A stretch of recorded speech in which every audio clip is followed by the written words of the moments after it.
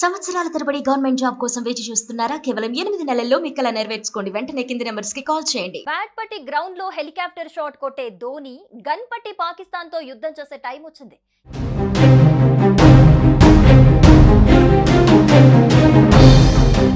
MRF bat తో రికార్డులు కొల్లగొట్టిన cricket god Sachin Tendulkar AK-47 తో పాక్ సైన్యాన్ని బౌండరీలు దాటేలా తరిమి కొట్టే టైం వచ్చింది.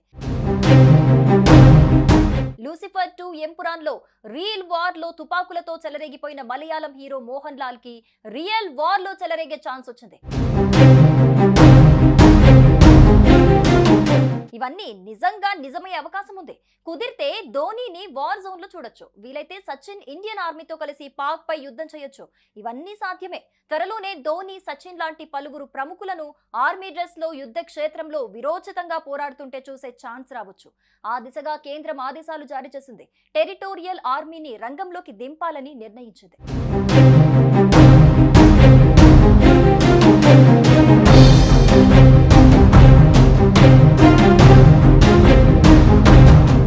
పహల్గామ్ దాడి తర్వాత ఆపరేషన్ సింధూర్ తో పాక్ టెర్రర్ క్యాంపులను లేపేసిన భారత్ అమాయకులపై పాక్ ఆర్మీ దాడులను సీరియస్ గా తీసుకుంది. సామాన్య పౌరులకు ఎలాంటి ఆటంకం కలగకుండా కేవలం టెర్రరిస్టుల స్థావరాలను ధ్వంసం చేసింది ఇండియా.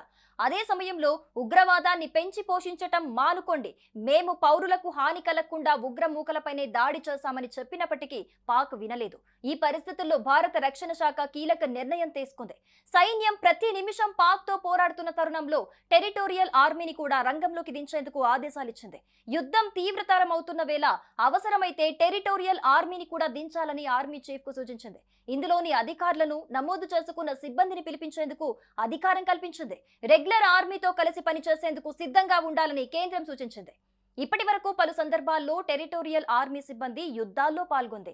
1962, 1965, 1971 యుద్ధాల్లో భారత సైన్యంతో కలిసి పనిచేశారు.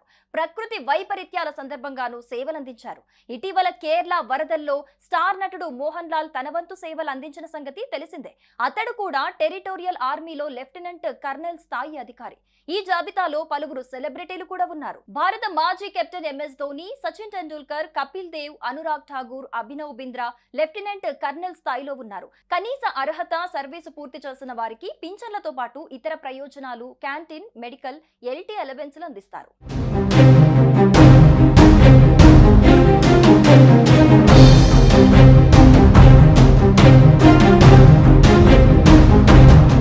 టెరిటోరియల్ లేదా ప్రాదేశిక ఆర్మీ గురించి క్లుప్తంగా చెప్పాలంటే సైనిక రిజర్వ్ ఫోర్స్ దేశంలో క్లిష్ట పరిస్థితులు ఎదురైనప్పుడు భారత ఆర్మీతో కలిసి ప్రత్యర్థితో తలపడేందుకు టెరిటోరియల్ ఆర్మీ సిద్ధంగా ఉంటుంది. ఇందులోని సిబ్బంది అధికారులకు రెగ్యులర్ ఆర్మీ తరహాలోనే శిక్షణిస్తారు. వీరంతా బయట ఉద్యోగాలు చేసుకుంటూనే వాలంటీర్ గా సైన్యంతో పనిచేస్తుంటారు. 1948లో భారత టెరిటోరియల్ ఆర్మీ చట్టం ఆమోదించారు. ఆ తర్వాత 1949లో అధికారికంగా ప్రారంభమైంది. ప్రస్తుతం దాదాపు 50,000 మంది వరకు ఈ ఆర్మీలో ఉన్నట్టు సమాచారం. వీరంతా రెగ్యులర్ ఆర్మీలో భాగమే అయినప్పటికీ నిరంతరం సైన్యంతోనే ఉండరు. అవసరమైన సందర్భాల్లో కథన ప్రకృతి వైపరీత్యాల్లో రంగంలోకి దిగుతారు. టెరిటోరియల్ ఆర్మీ అధికారుల్లో పలువురు శౌర్య, విశిష్ట పురస్కారాలను అందుకున్నారు.